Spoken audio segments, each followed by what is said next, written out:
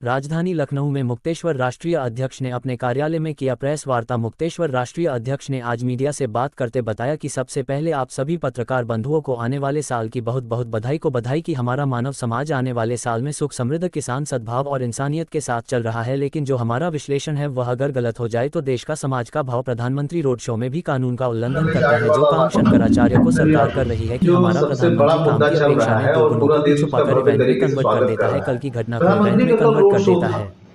भव्य राम मंदिर को बहुत कम दिन बचे हैं प्राण प्रतिष्ठा को दोबारा, सब लोग हर्षोल्लासित हैं। आपका क्या कहना है इस पर, आपकी क्या विचारधारा है? ओम प्रकाश जी, हम आपके सभी प्रश्नों का जवाब, शो का भी जवाब देंगे, ज्वलंत प्रश्न का भी जवाब देंगे, लेकिन सबसे पहले आप सभी पत्रकार बंधुओं को आने वाले साल की बहुत बहुत बधाई, साथ साथ समस्त मानव समुदाय को बधाई कि हमारा मानव समाज आने वाले साल में सुख समृद्धि शांति सद्भाव और इंसानियत के साथ आगे बढ़ावे। अब बात आती है कि क्या चल रहा है।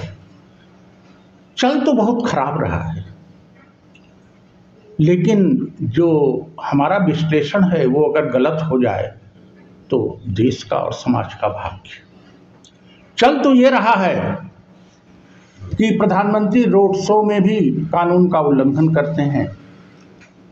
चल तो ये रहा है जो काम शंकराचार्य को और सनातन धर्मावलंबियों को करना चाहिए वो सरकार कर रही है।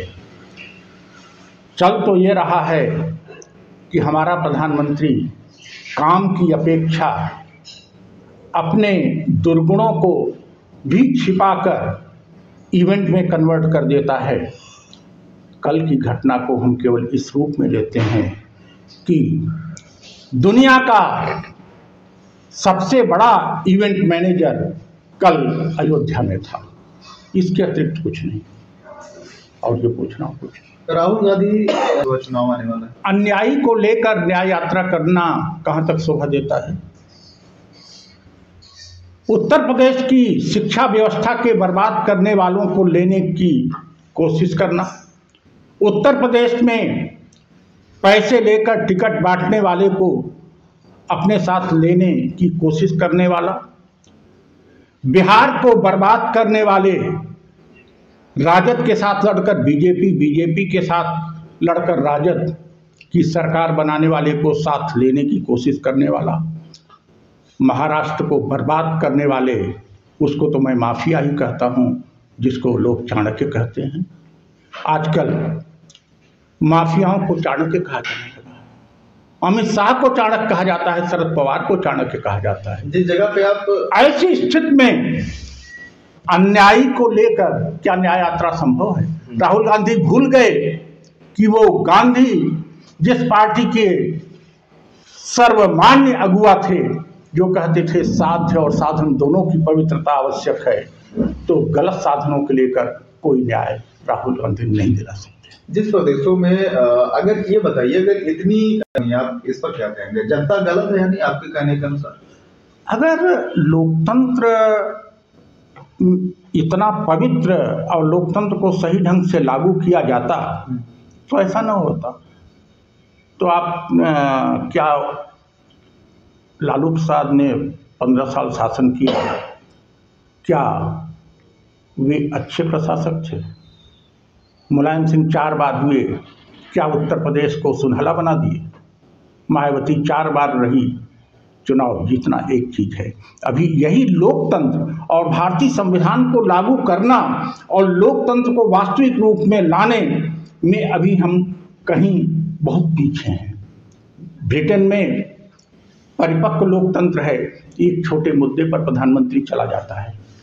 हमारे यहाँ 100 जूते खाएंगे, कुर्सी नहीं छोड़ेंगे। सर, राजनीतिक सुधार यात्रा आपने निकाली, उसके बाद में भारत जोड़ो यात्रा, राहुल गांधी की न्याय यात्रा, कहीं ना कहीं आपकी यात्रा से प्रेरित होकर ऐसा तो नहीं किया जा रहा या उसको डिस्टर्ब करने के लिए? हम अपने को बहुत ओवर एस्टिमेट नहीं करते जी, लेकिन इतना जरूर कहेंगे, हमारी राजनीतिक सुधार यात्रा का संदेश जहां भी गया उस संदेश से लोगों को मोटिवेशन मिला। राहुल गांधी हमको देख के किए, यह बड़बोलापन तो हम नहीं करेंगे, लेकिन राहुल गांधी कुछ उसी रास्ते पर चलना शुरू किए। हमने मीडिया के माध्यम से उनको शुभकामनाएं भी दी, लेकिन वे मूलतः भटक गए, क्योंकि उन्होंने भी उसको इवेंट बना दिया। हमारी यात्रा 8 साल की है, 21 से शुरू हुई है और 2 अक्टूबर 28 तक चलेगी। 11 चरणों में है, हम इसको इवेंट नहीं बनने देंगे। सर, मालवीय शास्त्री नेहरू यात्रा जो आपकी थी, उसका क्या हुआ आगे? क्या उसकी रणनीति है, कहाँ से कहाँ तक? 28 सितंबर से ये यात्रा शुरू होनी थी, लेकिन 10-11 सितंबर को ही पारिवारिक कारणों से हमारी पत्नी को बेड रेस्ट पर जाना पड़ा और ये हम निलंबित कर दिए। फिर परिवार में एक ट्रेजेडी भी हो गई। अब हम उससे उभरे हैं।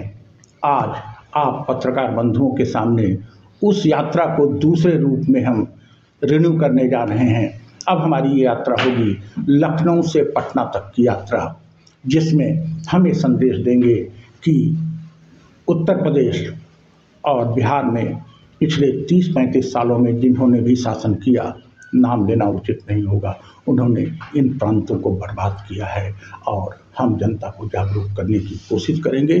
इसकी तिथि हम शीघ्र ही घोषित करेंगे और वह घोषणा 15 जनवरी के आसपास की जाएगी। तो लोकसभा चुनाव बहुत करीब है, कितने सीटों पर आप या लड़ना है या फिर आपकी रणनीति क्या है, या अगर ऐसा प्रपोजल आता है तो किसी पार्टी के साथ